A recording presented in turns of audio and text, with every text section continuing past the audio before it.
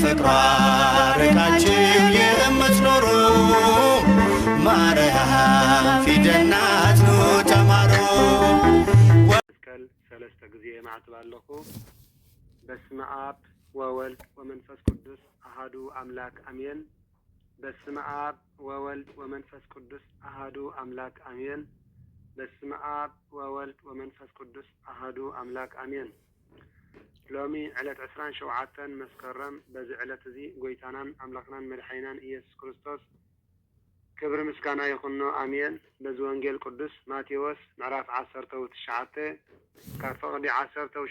ክሳብ 27 ዘሎ ቃል እግዚአብሔር አምላክ ምስ ነንብብ ከም ዝስዕብ ብምባል ሰማያዊ እግዚአብሔር አምላክ ንዓይን ንዓኹምን የስተምረና አሜን።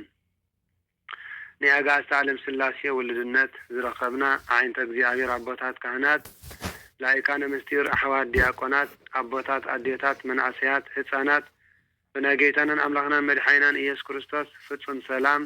ኣብዚ ዘለናዮ እስኩላትና ይኹን አሜን። በረኸት ረድኤት ናይ ኣዴና ቅድስት ድንግል ማርያም ወላዲተ አምላክን በረኸት ኩሎም ቅዱሳንን ይሓልወናን ይርዳአናን። በአር ከም ፈቃድ እግዚአብሔር ሎሚ ዕለት 27 መስከረም ወንጌል ቅዱስ ማቴዎስ ምዕራፍ 19 ካብ 16 ክሳብ 27 ዘሎ ቃል እግዚአብሔር አምላክ ክንመሃሪና ትዘስተምር እግዚአብሔር እዩ። ዝምዕድ መድኃኒ ዓለም እዩ።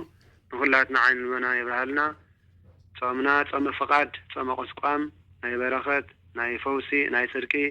ናይ ቅድስና ጾም ሱባኤ ይግበረልና። ብፈቃድና እንጾመ ጾም እግዚአብሔር አምላክና ንሓጢአትና መደምሰሲ ንመንግስተ ሰማያት መውረሲ ይግበረልና። ናይ ጌታናን መድኃኒናን ኢየሱስ ክርስቶስ ምሕረትን ናይ ኣዴና ቅድስት ድንግል ማርያም አማላድነትን ናይ ኣቦና ቅዱስ ዮሴፍ አረጋውን ናይ ቅድስት ሰሎሜን ተራዳእነትን ምስ ኩላትና ህዝበ ክርስቲያን ይኹን። ርሑስ በዓል መዲና ዓለም ይግበረልና አሜን።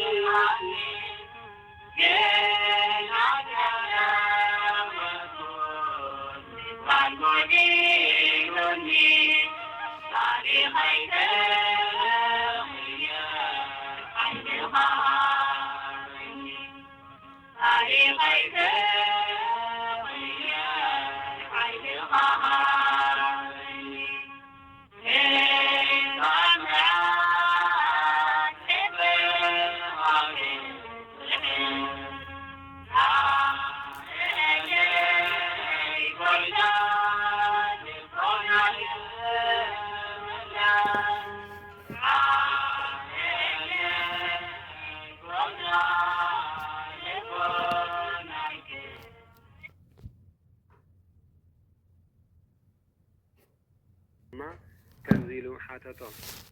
أنت أملاخنا زقبرن بتمسكنان يكون سلز قبرلنان سلزردعنان نلعل زيارة أملاخنا يتسحيو كبري مسكانا أمين بار لما عنتي علت 20 شوعة مسكرم كابزي كسيلنا وانجيل قدس ماتيوس معراف 19 كاب فقدي 16 كتاب 20 شوعة نزلو قال اغزيابير أملاخ كم السعد بالمبال كنا مهارينا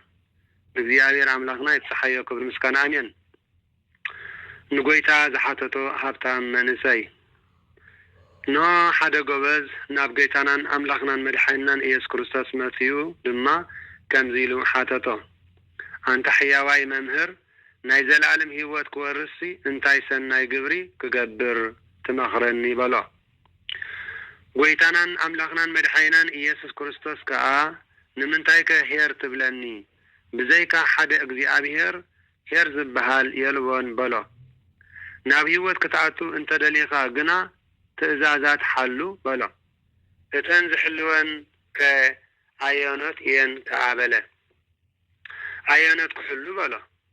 ويتانان أملاقنان مدحينان إيسوس كريستوس كا نفسي أي تقتل أي تزمو أي تسرق بحصوت أي تمسكر أبغان عديخان أخبر بتسايكاون كم نفسها أفكر بلا اتقوبز دما استرفن ندعا انتلو انبر نازي كلس كامن اسنة تيحيزة حاليا يا اللوخو بلا ويتانان أملاخنان مدحينان إيسوس كريستوس كا بفقريت أمتا أمو حانتي تريفاتك ألا بعر فتسم كتكون انت دريخاس تيد زلك هابتي شيتك ندخاتات حاب عب سماع دما حابتي كتركب يخامو نعا سعابني بلا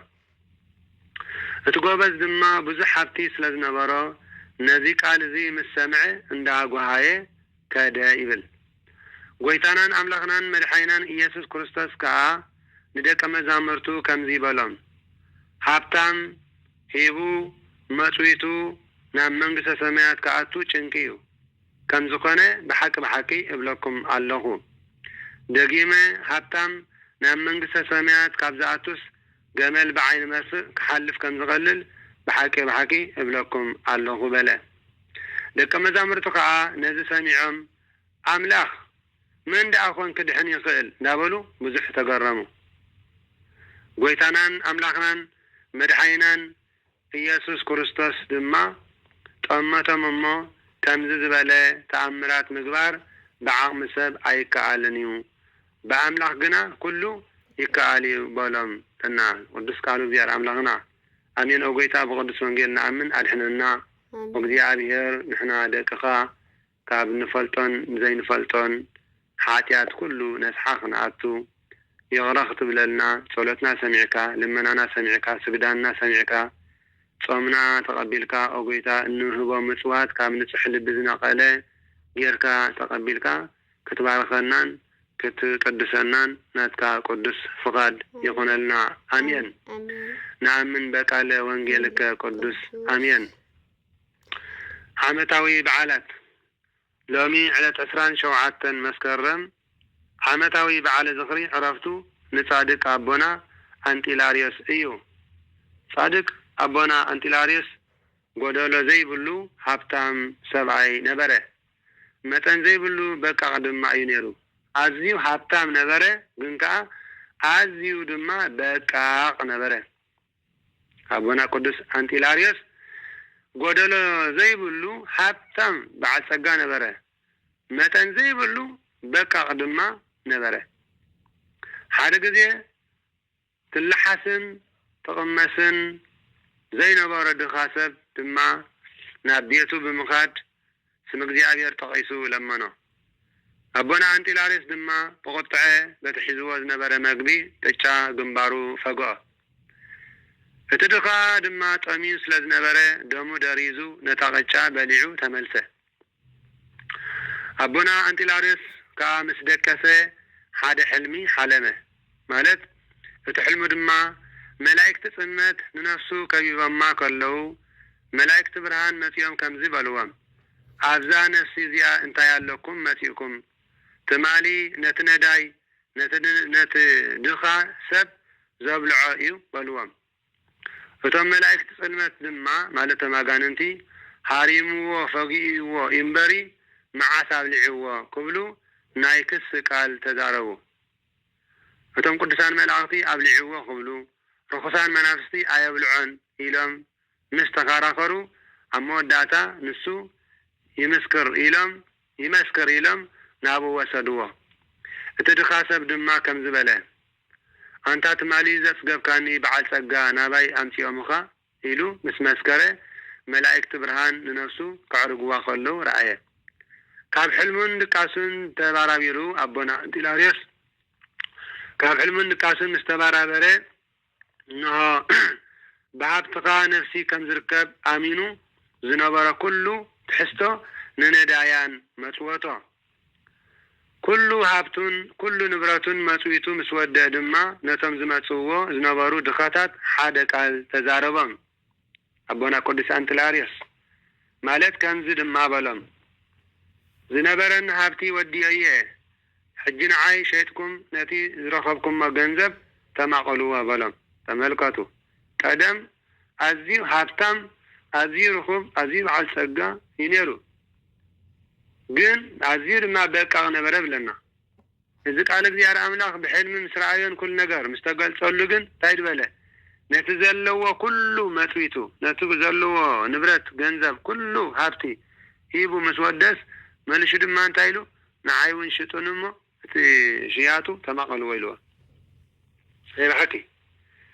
ዝነበረን ሃብቲ ኩሉ መጽዊተ ወዲየ እሞ ሕጂ ንዓይ ሸይጥኩም ነቲ ዝረኸብኩሞ ገንዘብ ተማቐልዎ በሎ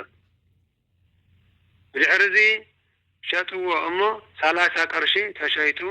ሸይጠምካ ተማቐልዎ አቦና አንጢላሪስ ድማ ንነፍሱ ትሕት አቢሉ ከም ባርያ ተገዘ ፍረ ጽንዓቱን ትዕግስቱን ድማ ተአምራት ብምግባር ክሳዕ ፍጹምነት በጽሕ ብለና ማለት እዩ ስለዚ ቅዱስ ቃሉ እግዚአብሔር አምላክና ዝኸበረን ዝተመስገነን ይኹን ስለዚ እንታይ ማለት እዩ ከምቲ ኣብ ወንጌል ቅዱስ ማቴዎስ ምዕራፍ 19 ፍቅዲ 7-8 ዘሎ ሰብ ገንዘቡ ይኮነን ንብረቱ ኣይኮነንሲ ህይወቱን ይውፊ እዩ ህይወቱን ንኣምላኽ ይህብ ማለት እዩ ኣቦታትና ባሕታውያን ኣቦታትና ፈለስቲ ኣቦታትና መነኮሳን ክምንኩሱ ከለዉ እንታይ ይብሉ ስጋይ ንማሕበር ነፍሰይ ንስላሴ ኣብዛ ምድሪ ዓለም ክሳዕ ዘለኹ ኣብዛ ምድሪ ዓለም ስጋዊ ህይወት ክሳብ ዘለኹ ስጋይ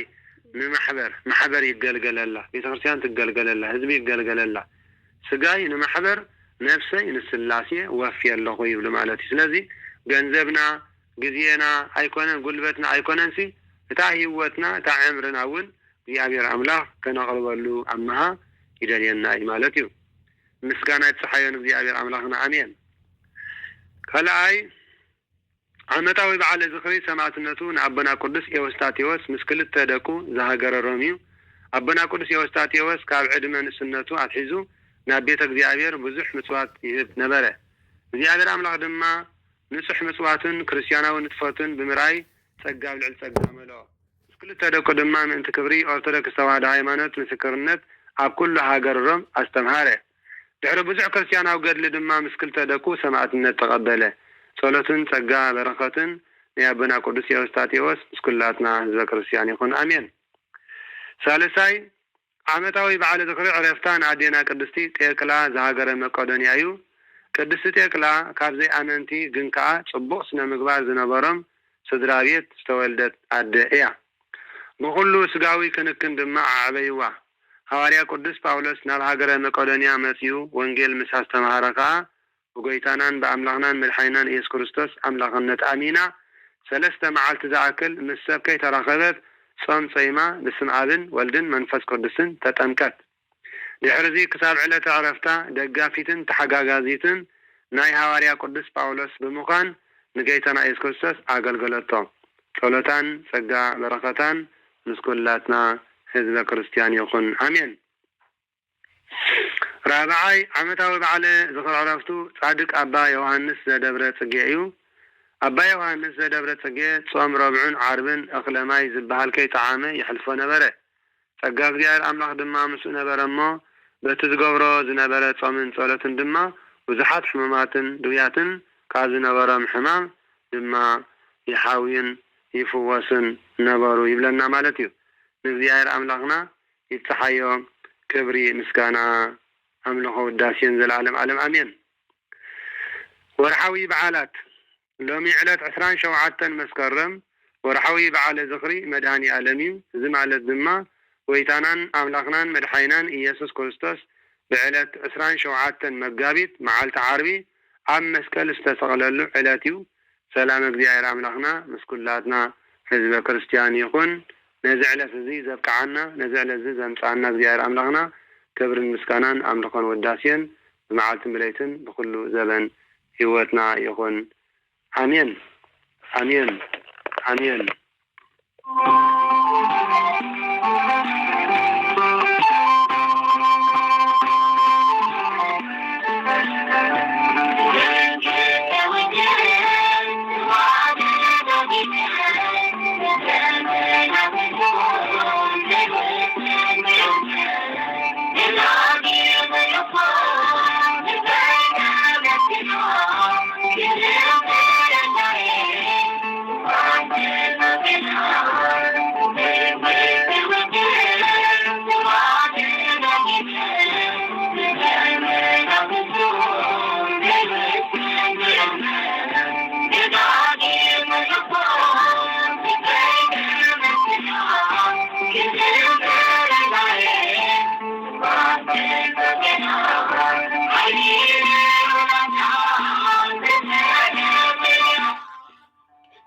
ከፍቅሯ ርቃችሁ የምትኖሩ ማርያም ፊደልና